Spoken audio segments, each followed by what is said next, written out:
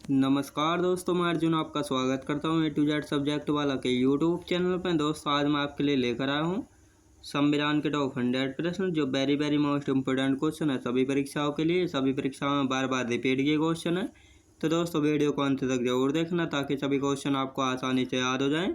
साथ ही दोस्तों अगर आप हमारे चैनल पर पहली बार आए हैं तो हमारे चैनल को भी सब्सक्राइब कर लीजिएगा, साथ ही बेल आइकन को प्रेस कर लीजिएगा ताकि हमारे आने वाले वीडियो का नोटिफिकेशन आप तक पहुंचता रहे। चलिए दोस्तों वीडियो को स्टार्ट करते हैं। मेघालय को असम पुनर्गठन अधिनियम 1969 द्वारा जो है किस राज्य के भीतर स्वशासी उपराज्य बनाया गया था? दोस्तों असम राज्य के भीतर, याद रखें। दोस्तों अगला क्वेश्चन देखते हैं। असम अधिनियम 1951 के तहत भारतीय राज्य क्षेत्र से एक पट्टी किस देश को देकर जो है असम की सीमा में बदलाव किया गया था? भूटान को देकर, याद रखें। दोस्तों अगला क्वेश्चन देखते हैं। हिमाचल प्रदेश राज्य अधिनियम द्वारा किस वर्ष केंद्र शासित प्रदेश हिमाचल को जो है राज्य का दर्जा दिया गया था? वर्ष 1971 में 25 जनवरी को, याद रखें। दोस्तों अगला क्वेश्चन देखते हैं। किस संविधान संशोधन अधिनियम द्वारा सिक्किम को जो है सह राज्य का दर्जा दिया गया था? 35वें संविधान संशोधन 1974 के द्वारा, याद रखें। दोस्तों अगला क्वेश्चन देखते हैं। 36वें संशोधन अधिनियम 1975 के तहत 22वें राज्य के रूप में जो है सिक्किम को कब पूर्ण राज्य का दर्जा दिया गया था? 16 मई 1975 को, याद रखें। दोस्तों अगला क्वेश्चन देखते हैं। पांडिचेरी, कराईकल और माहे की जनता ने कब भारत में विलय का निर्णय लिया था? अक्टूबर 1954 में, याद रखें। दोस्तों अक्टूबर 1954 में। किस संशोधन अधिनियम के द्वारा पुडुचेरी केंद्र शासित प्रदेश के रूप में प्रथम अनुसूची में जोड़ा गया था? दोस्तों 14वां संविधान संशोधन अधिनियम 1962 के द्वारा, याद रखें। दोस्तों अगला क्वेश्चन देखते हैं। जनता द्वारा 1954 में दादर और नगर हवेली को जो है मुक्त कराने तक उस पर किसका शासन था? पुर्तगालियों का शासन था, याद रखें। दोस्तों पुर्तगालियों का शासन था। अगला क्वेश्चन देखते हैं। किस संविधान संशोधन द्वारा गोवा, दमन और दीव को जो है प्रथम अनुसूची में शामिल करके अभिन्न अंग बना दिया था? 12वां संविधान संशोधन अधिनियम 1962 के तहत, याद रखें। दोस्तों अगला क्वेश्चन देखते हैं। किस संविधान संशोधन अधिनियम द्वारा गोवा को पूर्ण राज्य का दर्जा प्रदान किया गया किंतु दमन और दीव को जो है केंद्र शासित प्रदेश ही रहने दिया था? 56वां संविधान संशोधन 1987 के द्वारा, याद रखें। दोस्तों अगला क्वेश्चन देखते हैं। गोवा को कब पूर्ण राज्य का दर्जा प्रदान कर देश का 25वां राज्य बनाया गया था? 30 मई 1987 को जो है गोवा को पूर्ण राज्य का दर्जा प्रदान कर देश का 25वां राज्य बनाया गया था, याद रखें। दोस्तों अगला क्वेश्चन देखते हैं। केंद्र शासित प्रदेशों में से दिल्ली को अब क्या कहा जाता है? राष्ट्रीय राजधानी क्षेत्र कहा जाता है दिल्ली को, याद रखें। दोस्तों तेलंगाना को पृथक राज्य का दर्जा दिलाने के लिए जय तेलंगाना आंदोलन की शुरुआत किस वर्ष हुई थी? वर्ष 1969 में। आंध्र प्रदेश पुनर्गठन अधिनियम के तहत तेलंगाना को भारत का 29वां राज्य कब बनाया गया था? 2 जून 2014 को, याद रखें। दोस्तों 2 जून 2014 को। अगला क्वेश्चन देखते हैं। ESL नरसिम्हन तेलंगाना राज्य के प्रथम राज्यपाल थे। इस नवनिर्मित राज्य के प्रथम मुख्यमंत्री कौन थे? के चंद्रशेखर राव थे, याद रखें। दोस्तों के चंद्रशेखर राव।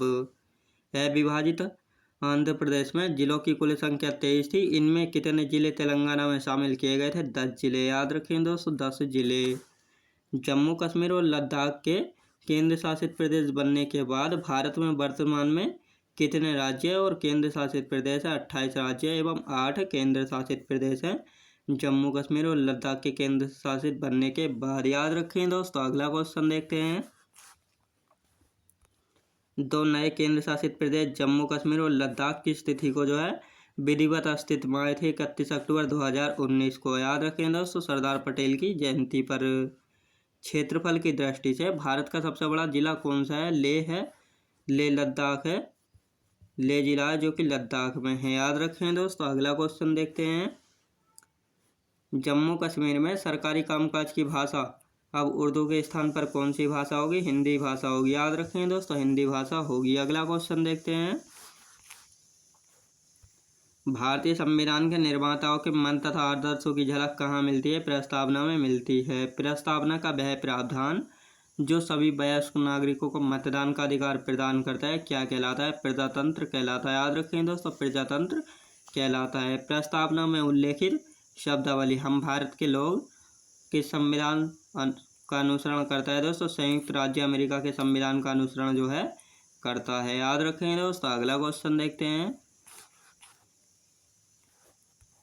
भारतीय संविधान की प्रस्तावना में आर्थिक व राजनीतिक न्याय को जो है कहाँ से लिया गया? 1917 की रूसी क्रांति से जो है लिया गया है। भारतीय राष्ट्रीय कांग्रेस ने किस अधिवेशन में समाजवाद के अर्थ को जो है स्पष्ट किया था? 1955 के आबादी अधिवेशन में। याद रखें दोस्तों। अगला क्वेश्चन देखते हैं। भारतीय संविधान की प्रस्तावना के उद्देश्य हैं स्वतंत्रता, समानता एवं बंधुता। याद रखें दोस्तों। अगला क्वेश्चन देखते हैं। संविधान में किसी उपबंध की अस्पष्टता होने पर भारतीय न्यायालय किसका सहारा लेते हैं? प्रस्तावना का सहारा लेते हैं भारतीय न्यायालय। याद रखें दोस्तों। अगला क्वेश्चन देखते हैं। सर्वोच्च न्यायालय ने किस मामले में यह निर्णय दिया कि संविधान की प्रस्तावना को न्यायालय में परिवर्तित नहीं किया जा सकता है? यूनियन इंडिया बनाम मदन गोपाल वाद 1954 में। याद रखें दोस्तों। अगला क्वेश्चन देखते हैं। किस मामले में सर्वोच्च न्यायालय ने यह अभी निर्णित किया कि प्रस्तावना को जो है भारतीय संविधान का अंग नहीं माना जा सकता है? बैरूवाड़ी यूनियन का मामला 1960 में। याद रखें दोस्तों। अगला क्वेश्चन देखते हैं। भारतीय संविधान की प्रस्तावना को केवल एक बार 42वें संशोधन अधिनियम 1976 द्वारा जो है संशोधित किया गया था।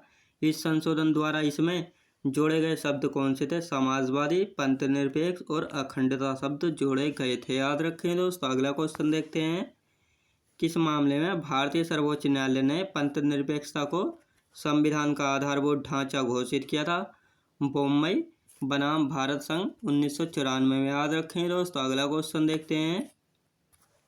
संविधान की प्रस्तावना में अनुच्छेद 368 के तहत संशोधन किया जा सकता है या नहीं? यह प्रश्न सबसे पहले किस मामले में उठा था? केशवानंद भारती बनाम केरल राज्यवाद 1973 में यह सवाल सबसे पहले उठा था। याद रखें दोस्तों। अगला क्वेश्चन देखते हैं। किसने संविधान को राजनीतिक व्यवस्था में शक्ति संबंधों की आत्मकथा कहा था? हरमन फाइनर ने। याद रखें दोस्तों। हरमन फाइनर ने। किस मामले में सर्वोच्च न्यायालय ने यह अभी निर्धारित किया कि प्रस्तावना संविधान का अंग है? केशवानंद भारती बनाम केरल राज्यवाद 1973 में। याद रखें दोस्तों। अगला क्वेश्चन देखते हैं। प्रस्तावना को संविधान का अंग माना जाता है, किंतु अब प्रस्तावना में जो है अनुच्छेद 368 के तहत संशोधन किया जा सकता है। इसका अभी निर्धारण किस मामले में किया गया? केशवानंद भारती बनाम केरल राज्यवाद 1973 में इस मामले में का भी निर्धारण किया गया है।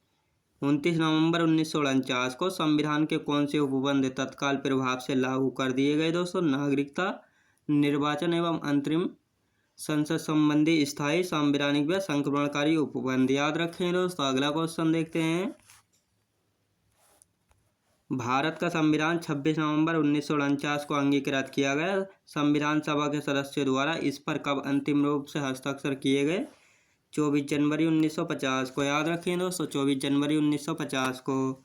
संविधान सभा की अंतिम बैठक के दिन ही संविधान सभा के द्वारा किसको भारत का प्रथम राष्ट्रपति चुना गया था? डॉक्टर राजेंद्र प्रसाद को जो है भारत का प्रथम राष्ट्रपति चुना गया था। याद रखें दोस्तों। अगला क्वेश्चन देखते हैं। भारतीय संविधान का जनक किसे कहा जाता है? डॉक्टर बी आर अम्बेडकर को भारतीय संविधान का जनक कहा जाता है। याद रखें दोस्तों। अगला क्वेश्चन देखते हैं।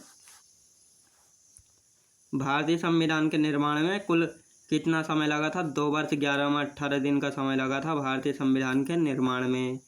भारत में केंद्र और राज्य सरकारों की सभी प्राप्तियों और व्यय की समीक्षा करने की जिम्मेदारी किसकी होती है दोस्तों? नियंत्रक एवं महालेखा परीक्षक की होती है। याद रखें दोस्तों। अगला क्वेश्चन देखते हैं। भारत में राज्य के महाधिवक्ता की नियुक्ति कौन करता है? राज्यपाल करता है भारत में राज्य के महाधिवक्ता की नियुक्ति। याद रखें दोस्तों। अगला क्वेश्चन देखते हैं।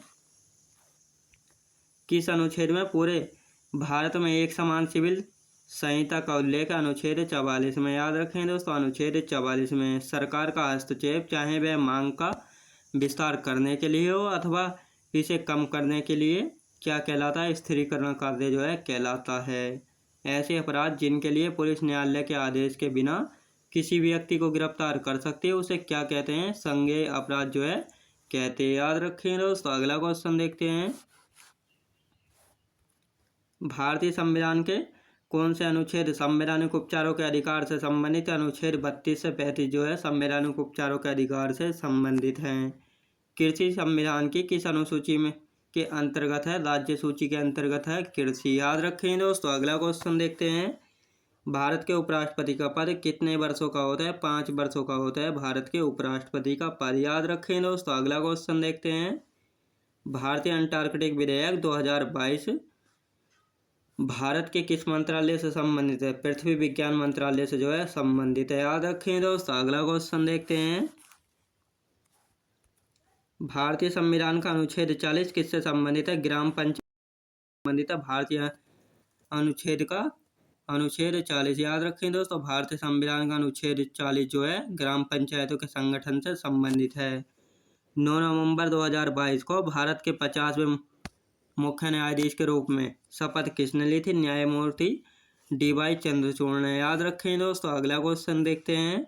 भारतीय संविधान के किस अनुच्छेद में मौलिक कर्तव्य भारत की संप्रभुता, एकता और अखंडता का उल्लेख है? अनुच्छेद 51A के C में। याद रखें दोस्तों। अगला क्वेश्चन देखते हैं।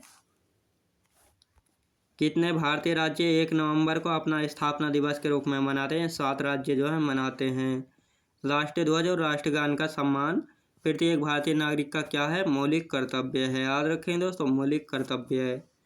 भारतीय संविधान का कौन सा अनुच्छेद अंतर्राष्ट्रीय शांति और सुरक्षा के प्रचार से संबंधित है? अनुच्छेद 51। याद रखेंगे।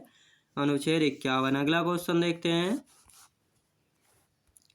भारत संविधान के किस भाग में संघ लोक सेवा आयोग की शक्तियाँ और कार्य शामिल है? भाग 14 में। याद रखें दोस्तों। भाग 14 में। भारतीय संविधान में समानता के अधिकार संबंधी अनुच्छेद कितने हैं? 5 अनुच्छेद हैं। याद रखें दोस्तों। 5। भारत के सर्वोच्च न्यायालय का उद्घाटन कब किया गया था? 28 जनवरी 1950 में किया गया था भारत के सर्वोच्च न्यायालय का उद्घाटन। याद रखें दोस्तों। अगला क्वेश्चन देखते हैं। भारतीय संविधान की विशेषता संघवाद का एकीकृत रूप जिसमें केंद्र के पास जो है राज्यों से अधिक शक्तियाँ होती हैं किस मॉडल पर आधारित है? कनाडाई मॉडल पर जो है आधारित हैं। भारतीय संविधान में न्यायपालिका की स्वतंत्रता का प्रावधान जो है किस देश के संविधान से लिया गया है? संयुक्त राज्य अमेरिका के संविधान से लिया गया है न्यायपालिका की स्वतंत्रता का प्रावधान। याद रखें दोस्तों। अगला क्वेश्चन देखते हैं। भारत के संविधान में प्रारंभिक 10 मौलिक कर्तव्यों को जोड़ा गया था 1976 में जो है जोड़ा गया था। अगला क्वेश्चन देखते हैं। 11 मूल कर्तव्यों को भारतीय संविधान के भाग 4A के किस अनुच्छेद में सूचीबद्ध किया गया? अनुच्छेद 51A में। भारत के संविधान की कौन सी अनुसूची संघ, राज्य और संवर्ती सूचियों से संबंधित है? 7वीं अनुसूची। याद रखें दोस्तों। 7वीं अनुसूची। भारत में सहकारी बैंक किस अधिनियम के अंतर्गत जो है पंजीकृत होता है दोस्तों? राज्य सरकारी समिति अधिनियम के द्वारा। याद रखें दोस्तों। अगला क्वेश्चन देखते हैं। भारत में किस अधिनियम के अंतर्गत अंतरधर्म विवाह किए जाते हैं? विशेष विवाह अधिनियम के अंतर्गत जो है अंतरधर्म विवाह किए जाते हैं। किसी राज्य में मंत्रियों को रैंक और विभागों का आवंटन किसके द्वारा किया जाता है दोस्तों? मुख्यमंत्री के द्वारा जो है किया जाता है। याद रखें दोस्तों। अगला क्वेश्चन देखते हैं। आंध्र प्रदेश में राज्य व्यापार सलाहकार समिति के अध्यक्ष कौन होते हैं? राज्य विधानमंडल के अध्यक्ष होते हैं। याद रखें दोस्तों। अगला क्वेश्चन देखते हैं। भारतीय संविधान के अनुच्छेद 25 से 28 किस अधिकार से संबंधित है? धर्म की स्वतंत्रता के अधिकार से जो है संबंधित है। भारतीय संविधान का कौन सा अनुच्छेद उपाधियों का अंत से संबंधित है? अनुच्छेद 18 जो है उपाधियों के अंत से संबंधित है। याद रखें दोस्तों। अगला क्वेश्चन देखते हैं। कौन सा अधिनियम भारत की संसद का एक अधिनियम है जो 3 तलाक को अपराध मानता है? मुस्लिम महिला अधिनियम को जो है याद रखें दोस्तों। अगला क्वेश्चन देखते हैं। भारतीय संविधान में उच्चतम न्यायालय का परामर्शदायी क्षेत्र अधिकार संबंधी उपबंध जो है किस देश के संविधान से लिया गया है? कनाडा के संविधान से जो है लिया गया है। भारतीय संविधान की प्रस्तावना किस देश के संविधान से ली गई? संयुक्त राज्य अमेरिका के संविधान से ली गई भारत के संविधान की प्रस्तावना। याद रखें दोस्तों। अगला क्वेश्चन देखते हैं। भारतीय संविधान के किस अनुच्छेद में उल्लेख किया गया है कि बाहरी आक्रमण और आंतरिक अशांति से राज्यों की रक्षा करना सरकार का कर्तव्य? अनुच्छेद 356 के अंतर्गत। याद रखें दोस्तों। अगला क्वेश्चन देखते हैं। संविधान की प्रस्तावना में पंथ निरपेक्ष किस संशोधन अधिनियम द्वारा शामिल किया गया था? 42वां संविधान संशोधन अधिनियम 1976 के तहत जो है प्रस्तावना में पंथ निरपेक्ष शब्द को जो है शामिल किया गया था। भारतीय संविधान की किस अनुसूची में जो है दल परिवर्तन के आधार पर निर्हत के बारे में उपबंधों का उल्लेख किया गया है? 10वीं अनुसूची में। याद रखें दोस्तों, 10वीं अनुसूची में। भारतीय संसद में प्रत्यक्ष कर संहिता विधेयक कब पेश किया गया था? 2010 में। याद रखें दोस्तों, 2010 में। अगला क्वेश्चन देखते हैं। भारत में दहेज प्रतिषेध अधिनियम किस वर्ष पारित किया गया था? 1961 में जो है पारित किया गया था। सितंबर 2022 में भारत के 16वें महान्यायवादी के रूप में किसे नियुक्त किया गया? R.K. वेंकटरमणी को जो है नियुक्त किया गया था। भारतीय संविधान के किस अनुच्छेद का संबंध जो है भारत के नियंत्रक एवं महालेखा परीक्षक की संपरीक्षा प्रतिवेदन से? अनुच्छेद 151 का। याद रखें दोस्तों। अगला क्वेश्चन देखते हैं। भारतीय संविधान का कौन सा भाग मूल अधिकारों से संबंधित है? भाग 3 जो है मूल अधिकारों से संबंधित है। भारतीय संविधान में विधि द्वारा स्थापित प्रक्रिया की अवधारणा को किस देश के संविधान से लिया गया? जापान देश के संविधान से लिया गया विधि द्वारा स्थापित प्रक्रिया को। भारतीय संविधान का कौन सा अनुच्छेद राज्यसभा की संरचना से संबंधित निर्देश देता है? अनुच्छेद 80। याद रखें दोस्तों। अगला क्वेश्चन देखते हैं। वन औद्योगिक और श्रम विवाद तथा आर्थिक और सामाजिक योजना को संविधान की 7वीं अनुसूची की किस सूची में जो है शामिल किया गया है? समवर्ती सूची में जो है शामिल किया गया है। भारत का सर्वोच्च विधि अधिकारी कौन होता है? भारत का महान्यायवादी होता है भारत का सर्वोच्च विधि अधिकारी। याद रखें दोस्तों। अगला क्वेश्चन देखते हैं। भारतीय संविधान का अनुच्छेद 26 किससे संबंधित है? धार्मिक कार्यों के प्रबंध की स्वतंत्रता से संबंधित है। अनुच्छेद 26। याद रखें दोस्तों। अगला क्वेश्चन देखते हैं। भारत में दैनंदिन जेल प्रशासन के लिए जेलों का अनुरक्षण कौन सी सरकार अपने नियमों और विनियमों से करती हैं? राज्य सरकारें। याद रखें दोस्तों। राज्य सरकारें। भारत में जेल का नियंत्रण किस अधिनियम द्वारा जो है किया जाता है, जिससे जेल का विषय स्पष्ट रूप से प्रांतीय सरकारों के नियंत्रण में रहा है? दोस्तों, जेल अधिनियम 1894 में। याद रखें दोस्तों। अगला क्वेश्चन देखते हैं। भारत में किस संविधान संशोधन के लिए व्यापक रूप से यह माना गया कि उसे मूल अधिकारों की न्यायिक व्याख्या को जो है अधिभूत करने के लिए अधिनियमित किया गया है? दोस्तों, पहला संविधान संशोधन 1951 के तहत। याद रखें दोस्तों। अगला क्वेश्चन देखते हैं।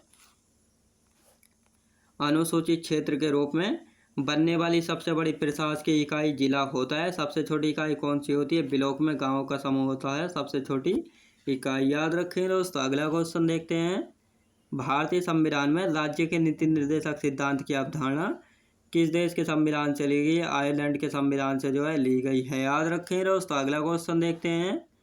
सिक्किम भारतीय संघ का पूर्ण राज्य किस वर्ष बना था? 1975 में बना था सिक्किम भारतीय संघ का पूर्ण राज्य। याद रखें दोस्तों। अगला क्वेश्चन देखते हैं। वर्तमान में उच्चतम न्यायालय और उच्च न्यायालयों के न्यायाधीशों की नियुक्ति किस प्रणाली के माध्यम से की जाती है? कॉलेजियम प्रणाली के माध्यम से जो है की जाती है। सुप्रीम कोर्ट कॉलेजियम एक 5 सदस्यीय निकाय है जिसमें न्यायालय के वरिष्ठतम न्यायाधीश शामिल होते हैं। इसकी अध्यक्षता कौन करता है? भारत के मुख्य न्यायाधीश करते हैं इसकी अध्यक्षता। याद रखें दोस्तों। अगला क्वेश्चन देखते हैं।